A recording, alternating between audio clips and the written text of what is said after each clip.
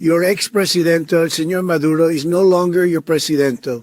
He kept talking shit, and fucking around, though, and he ultimately found out, though. Anyway, we're going to make Venezuela grande again. Mucho grande. El bigger y el better than ever before. So let's talk right now about the current transition of power taking place within Venezuela and what's next, because even as it pertains to the current last remnants of the Maduro government that are still in power, although I don't think that's going to be the case for very long, you are immediately starting to see a huge change in diplomatic attitude. To make a long story short, the interim president and acting government at the moment does not want their fate to be the same as Maduro's, and so they are now essentially giving Trump and the United States everything that they want. There's a reason Trump is saying we are running Venezuela. It's not because we need to be occupying it militarily. It's simply because their government is essentially so terrified they're willing to give into all of our demands. And as it pertains to those demands, allegedly today, the United States has sent an official ultimatum to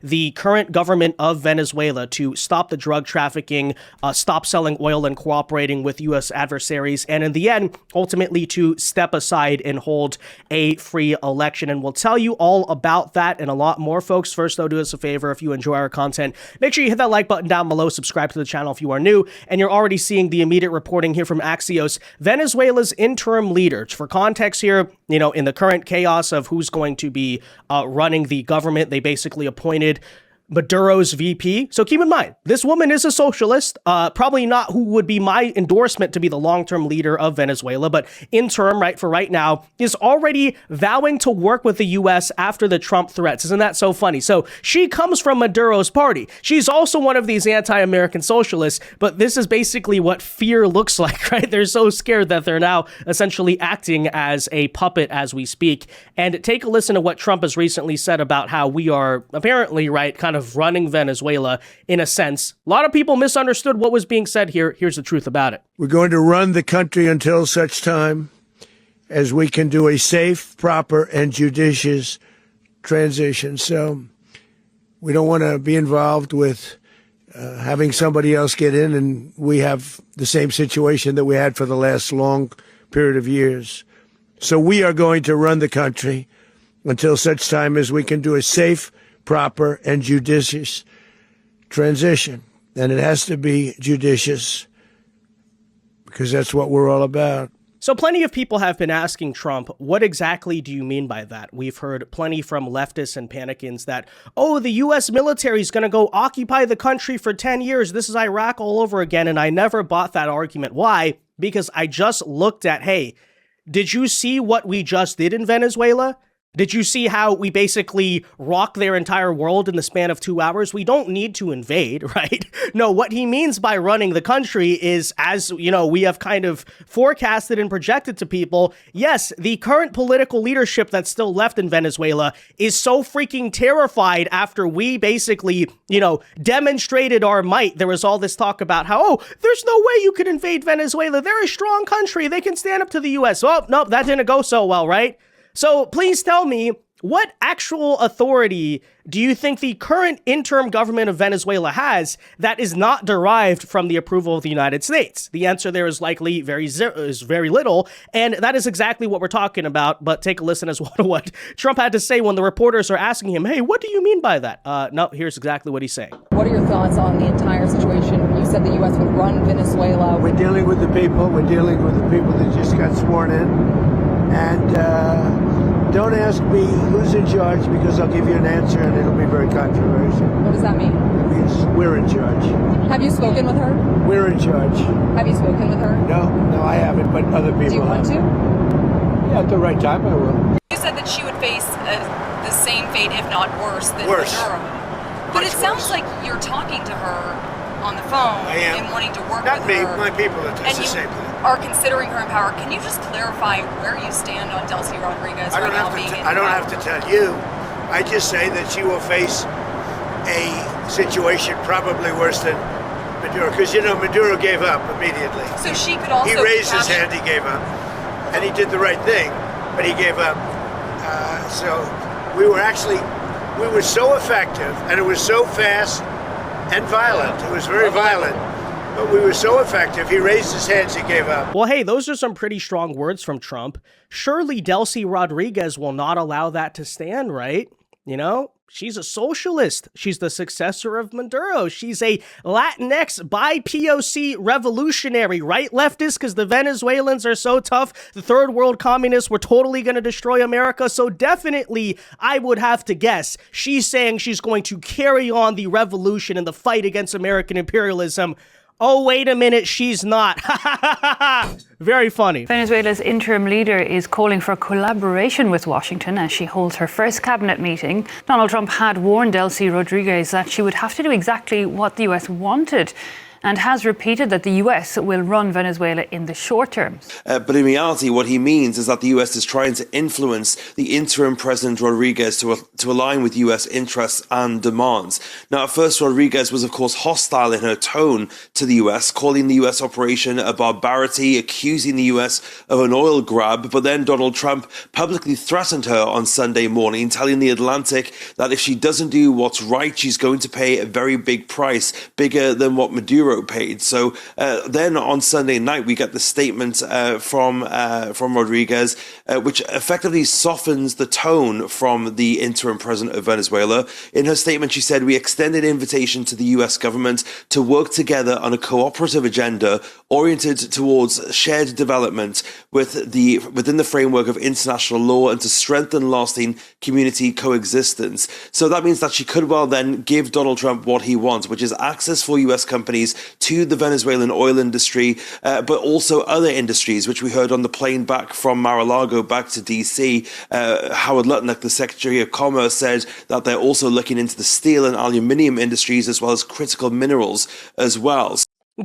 It's just too easy, isn't it? I mean, first of all, she starts off by talking tough, which is pretty understandable. I mean, after all, we just kidnapped their dictator, fake president person. Yes, people from that political party in the government should be upset.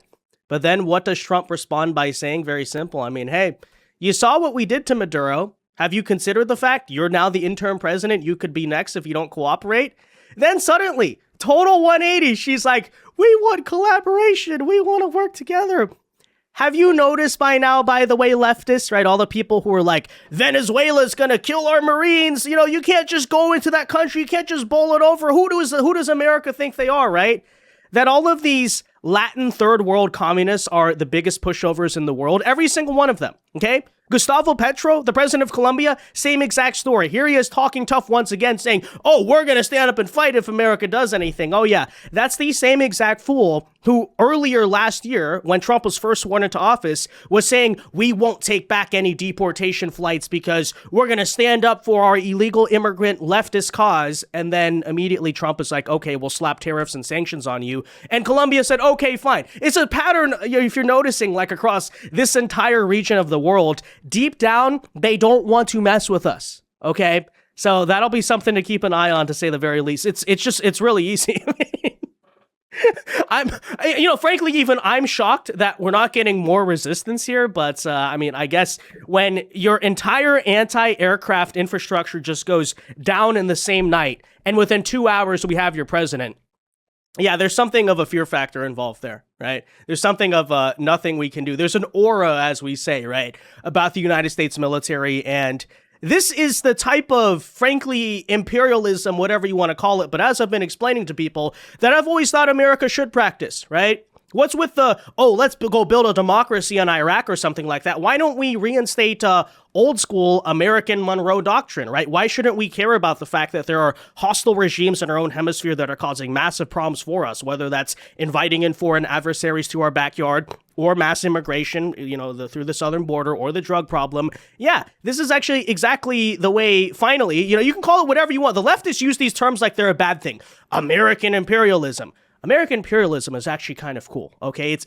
By American imperialism, I don't mean neoconservatism. I don't mean post-1990 American imperialism. I mean like Theodore Roosevelt, 1890s Monroe Doctrine American imperialism. That's deeply rooted in the history of our country.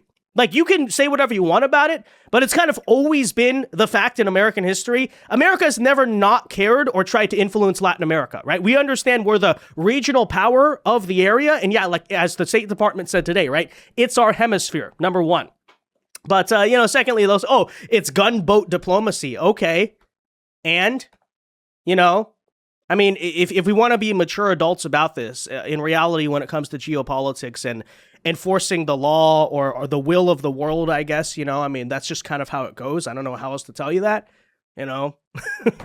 It is what it is, right? We tried the non-gunboat diplomacy and it didn't work. Yeah, that's what you have to do. I mean, grow up, honestly, to the left. Just grow up. Learn how the world works. That's about all I have to say. But anyways, that said, so apparently now the Trump administration has allegedly issued 4 main demands to Venezuela's interim president. Here they are. So, number 1, stop the drug trafficking. Obviously, we still care about that, by the way. It's not just about the oil, as I've been trying to explain to people. Number 2, kick out operatives from hostile states. In other words, that means no more, I would guess China and Russia are likely on there, but especially no more Iranian or North Korean collaborators going within our own hemisphere.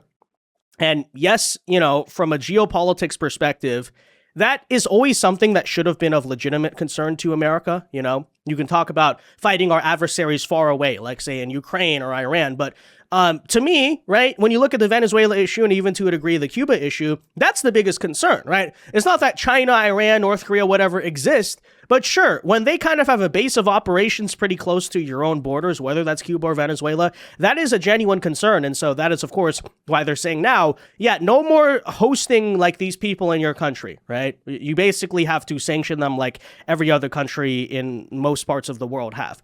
Number 3, stop selling oil to U.S. adversaries. And another important point to be made there, because, you've heard so much rhetoric about how Trump just wants the oil. He just wants the oil. Well, I'm not necessarily complaining about having the oil, but as it pertains to Russia and China, yeah, what do you think they wanted as well? Well, we don't need. States need to take over the Venezuelan oil industry. States need to take over the Venezuelan oil industry. Well, we don't need to. First of all, let me go back up. We don't need Venezuela's oil. We have plenty of oil in the United States. What we're not going to allow is for the oil industry in Venezuela to be controlled by adversaries of the United States. You have to understand, why does China need their oil? Why does Russia need their oil? Why does Iran need their oil? They're not even in this continent. This is the Western Hemisphere. This is where we live. And we're not going to allow the Western Hemisphere to be a base of operation for adversaries, competitors, and rivals of the United States. Have specific oil companies. We also want to see that oil and the proceeds from it.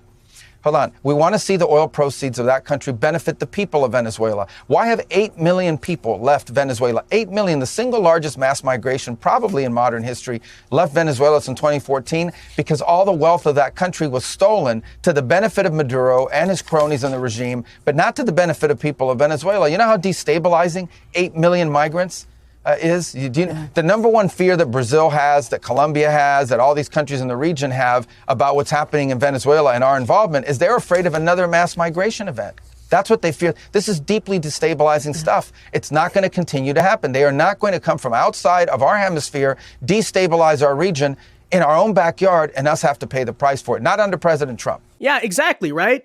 That's why, to me, at least as it stands right now, this is basically a no-lose situation. There are only upsides to this. The only people who are mad are the stupid leftists and communists because we annihilated third world communism right in the face of the entire global stage, right? Because as it pertains to, our own homeland, right? The people who will probably say, well, why does Venezuela matter to me? We just explained it.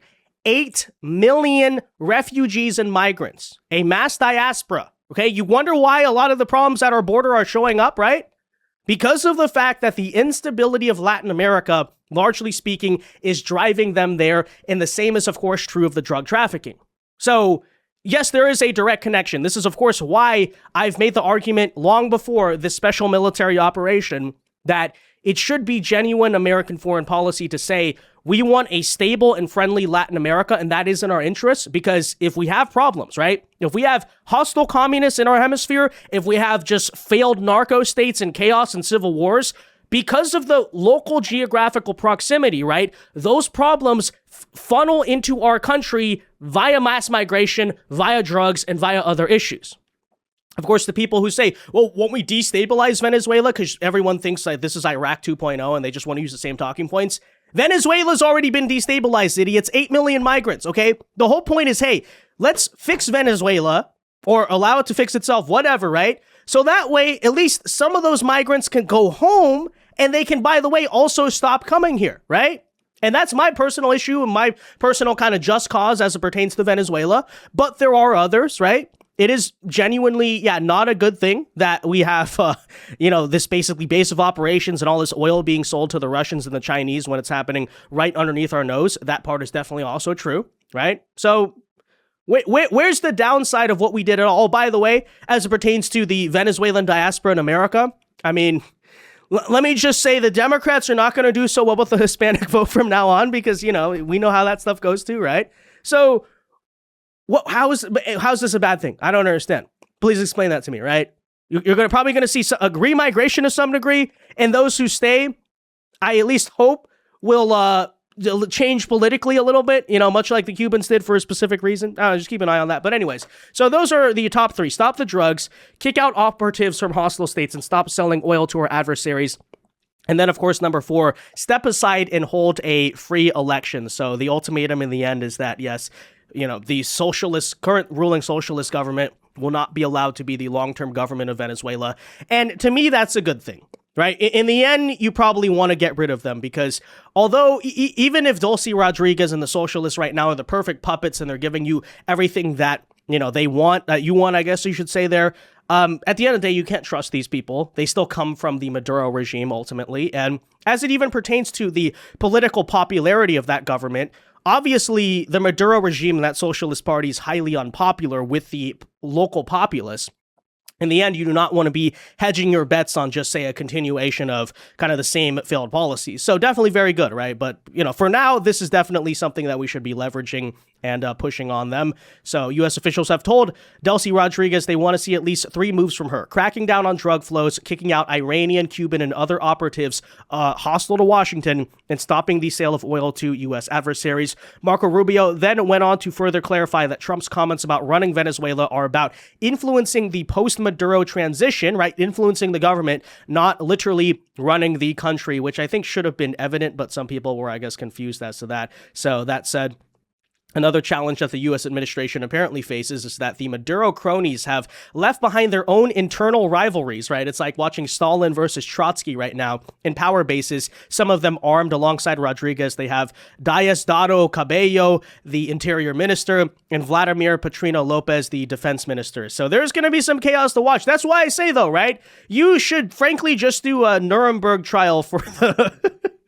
for the Socialist Party and just make the Socialist Party illegal in Venezuela. That's probably be a lot easier way to deal with it. But anyways, that said, even I would like to continue this conversation as it pertains to the current interim president and interim government of Venezuela.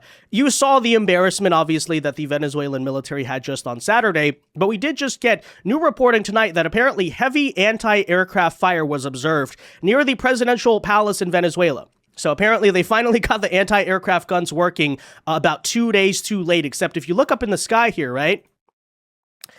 You do seem to notice that the anti-aircraft is firing at nothing, right? That's an empty sky. So initially the people were like, oh, is the U.S. doing something? The U.S. confirmed they're not doing anything. And current, unconfirmed, but preliminary reports are suggesting that Venezuelan anti-aircraft had mistook their own drones for something foreign, and so they were basically shooting at their own drones, and then we just had this whole big chaotic scene outside of the presidential palace where soldiers are rushing to secure it, and people thought something was going on. In the end, it was a false alarm-friendly fire. So just to update people, that is the current scene right now in Venezuela. But it further maybe hammers home the point as to why this is not really the most competent military or government we're dealing with, and why the U.S., first of all, rolled over so easy in the span of 2 hours. But of course, secondly, maybe now why they don't really want any of the smoke, I guess we should say, right? They're a little bit scared of having to deal with us. And again, right, to the third worldists, to the leftists who were saying, Venezuela's going to stand up to Trump. They're so tough. The U.S. is underestimating, Viva third world communists, yay. How'd that work out for you? Yeah? Yeah, they having a good time? They seem pretty easy they seem pretty freaking incompetent if you ask me, which of course is exactly the way you would think third world communists would respond. But of course, when you have this warped, DEI worldview, diversity is our strength, and like communism is good, and all the third worlders actually are much better than the first worlders. This is what you end up with. You're shocked by watching what you just saw. But anyways, guys, that said, let me know your thoughts. Be sure to leave a like on this video, subscribe to the channel if you were new, and until next time, God bless and peace.